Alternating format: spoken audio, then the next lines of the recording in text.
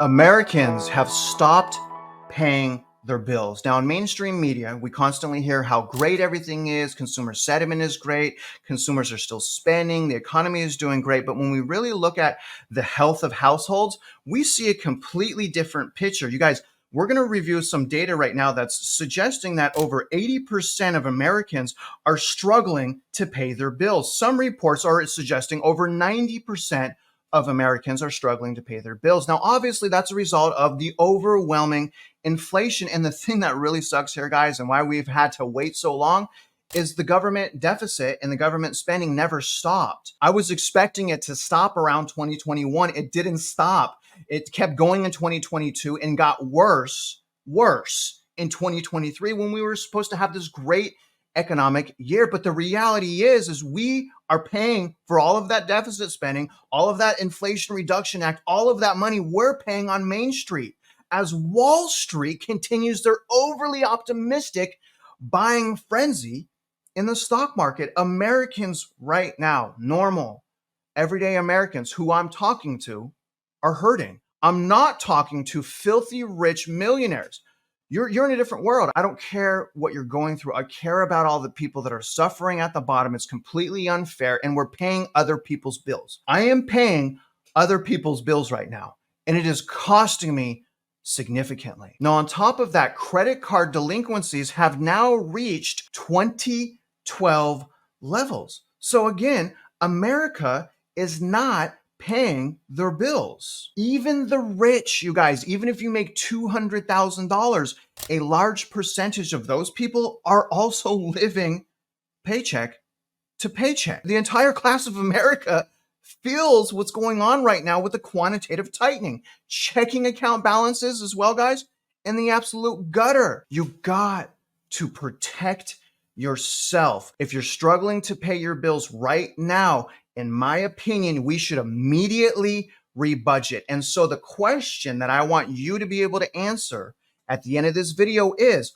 what impact does just one late payment have on your credit report? Remember, you guys, your credit is part of your purchasing power. And if you want to become a winner on the other side of this thing, your purchasing power must stay intact. And right now, being that it's so easy, we really need to do, it is just so important. We rebudget and we stack as much cash as possible, because remember, cash is king. And real quick, big shout out to Jason Walter for helping me with all my editing. Jason Walter, I love you, brother. If you guys need any help editing, if you're a YouTuber or, Johnny, this is to you, Johnny Fly, just have him help you do editing, Johnny.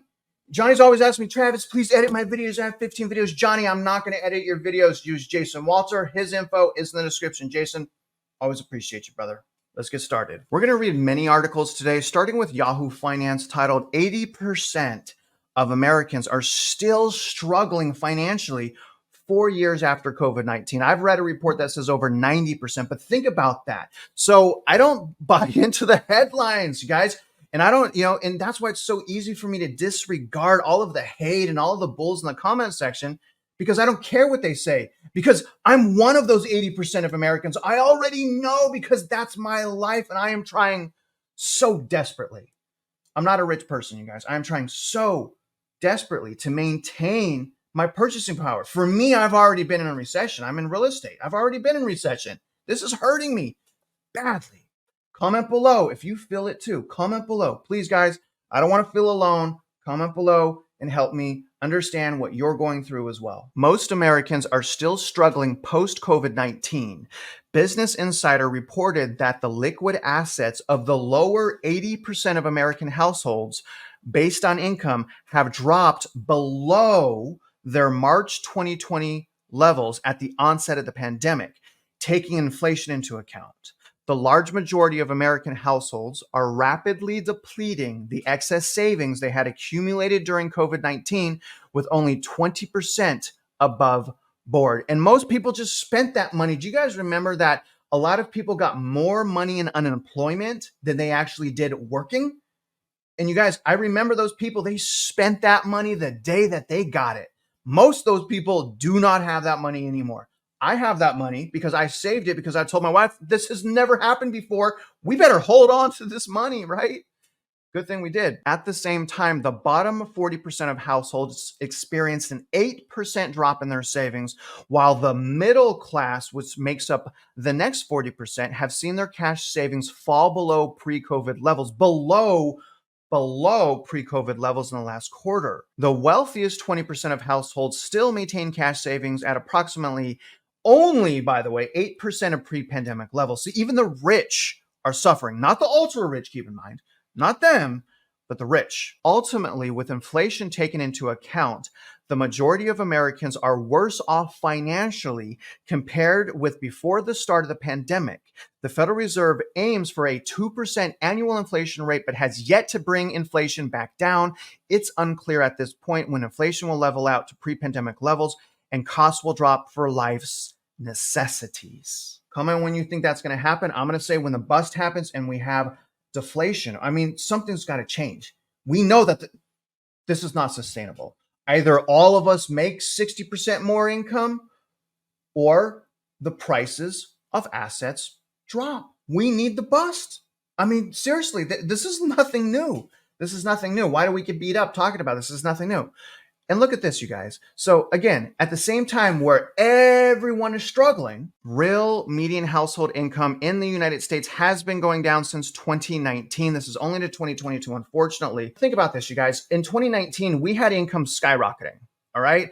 We are nowhere near the consumers of 2019. We are in a much, much worse shape than 2019. Comment below. Let me know whether or not you agree with that statement. Now, this is super depressing, you guys. This is the average checking account balances. So we're looking at a bunch of data right now. Now, according to USA Today, you should aim to have a month of living expenses act like a floor for your checking account. Is that really advice, just to have your bill expenses in your, so they're saying 1 month of living expenses. So have enough money to pay 1 month of living expenses. So that's their advice. You guys, if you didn't already know that, we got a lot of work to do. And if you're listening to me, if you're one of those people, turn the video off, stop what you're doing and re-budget right now, because your life can change tomorrow if you take action today. To get a sense of where you stand compared to other Americans, the average checking account balance is just under $9,000. Is it?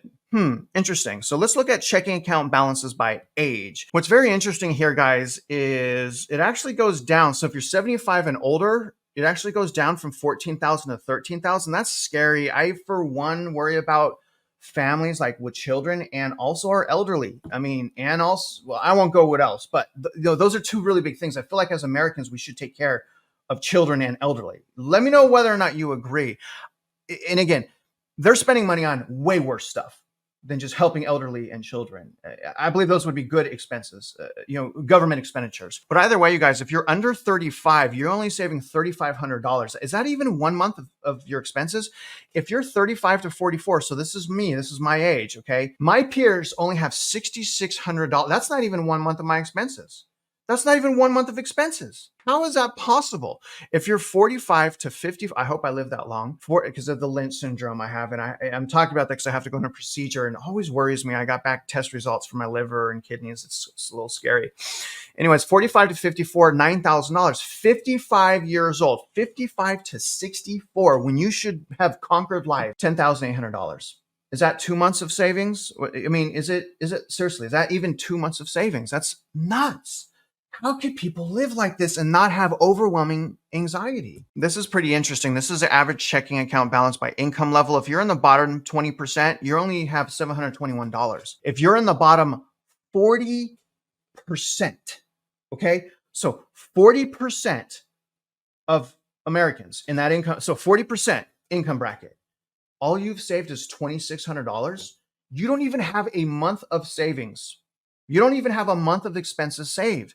60%, all you have is $4,200 saved. So 60% income, okay, income level, $4,200.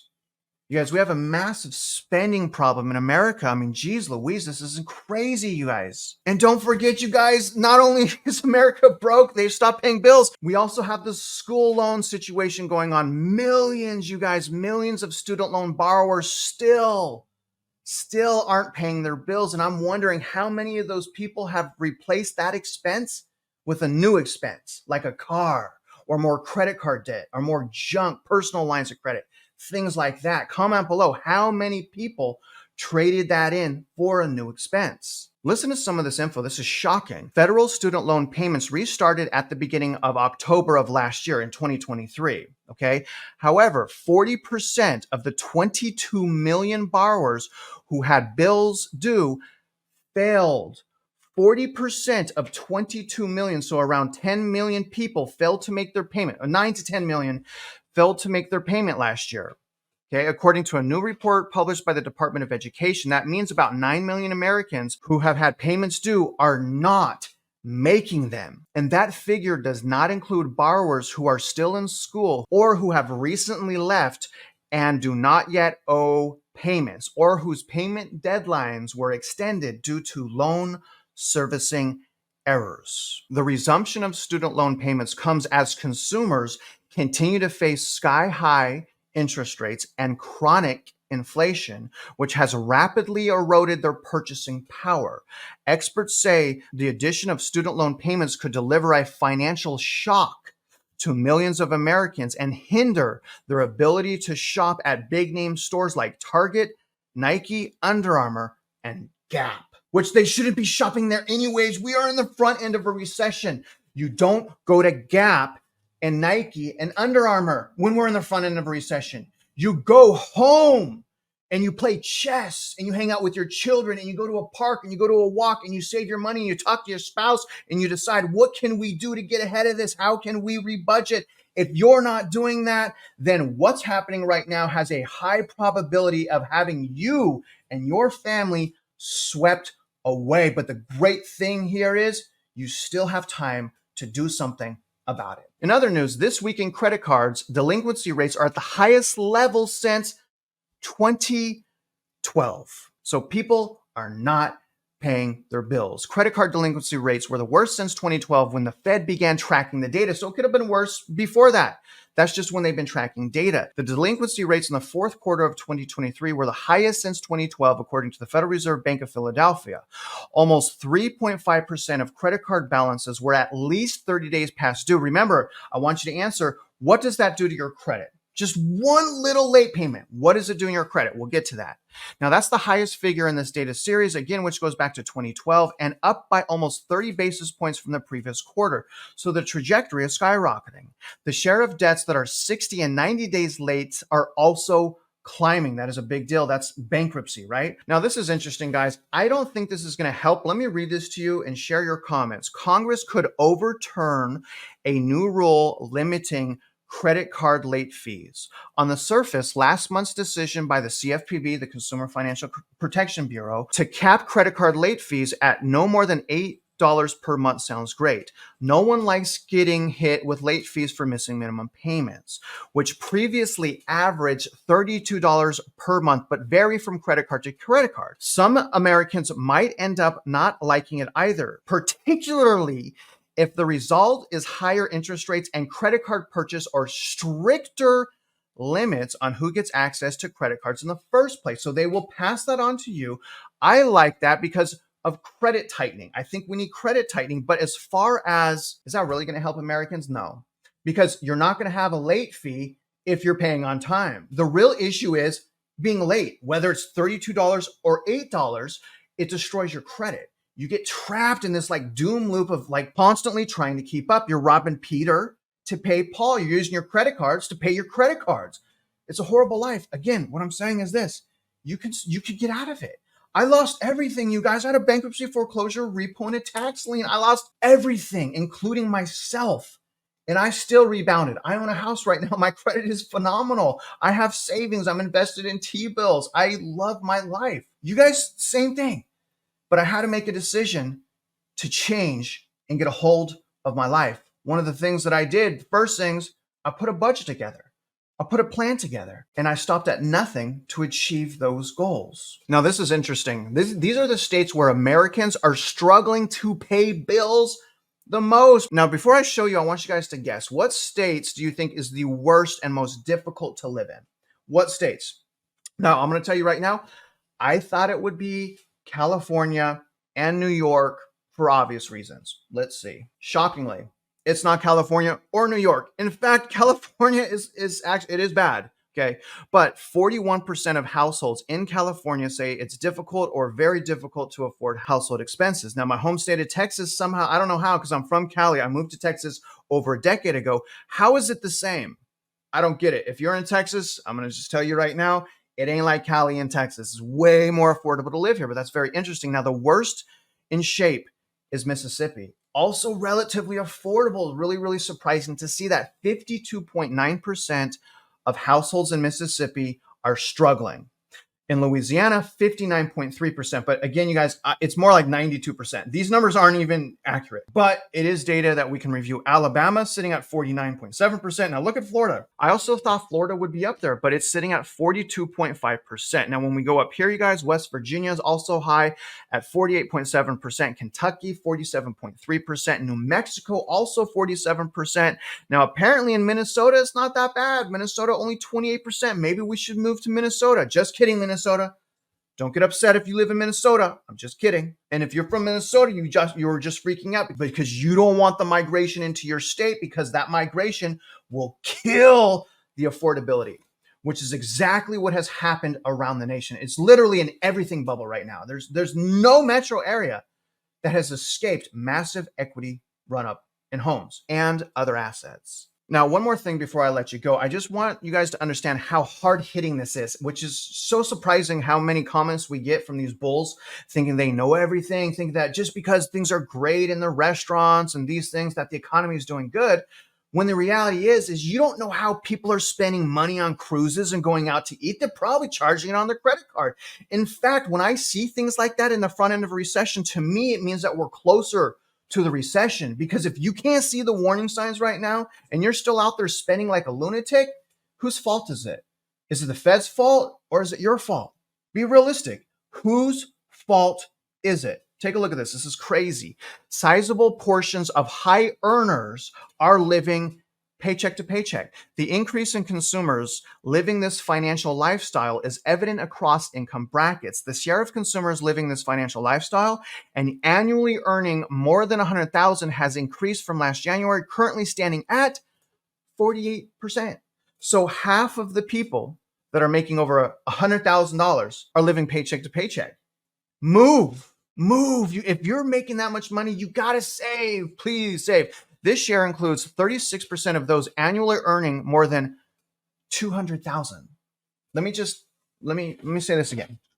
Okay, 36% of the people making $200,000 are living paycheck to paycheck. So tell me that's not an ego. Tell me those people aren't naive. If you're making about $18,000 a month and you can't even save $1,000, something is wrong with the way you're living your life. More than likely. Now, granted, there's those people, but then there's the other people that are truly victims, that this is not fair. People on fixed income, single mothers, single fathers. In fact, if you're one of those people that you're trying everything you could do to have great spending habits, but you just can't catch up, comment below. Let everyone know what you're going through. The headlines are singing another story. Now, to answer our beginning question, okay, if you're late on your credit, just one late payment, that could drop your credit score by over 100 points, and it can take up to 6 months to heal.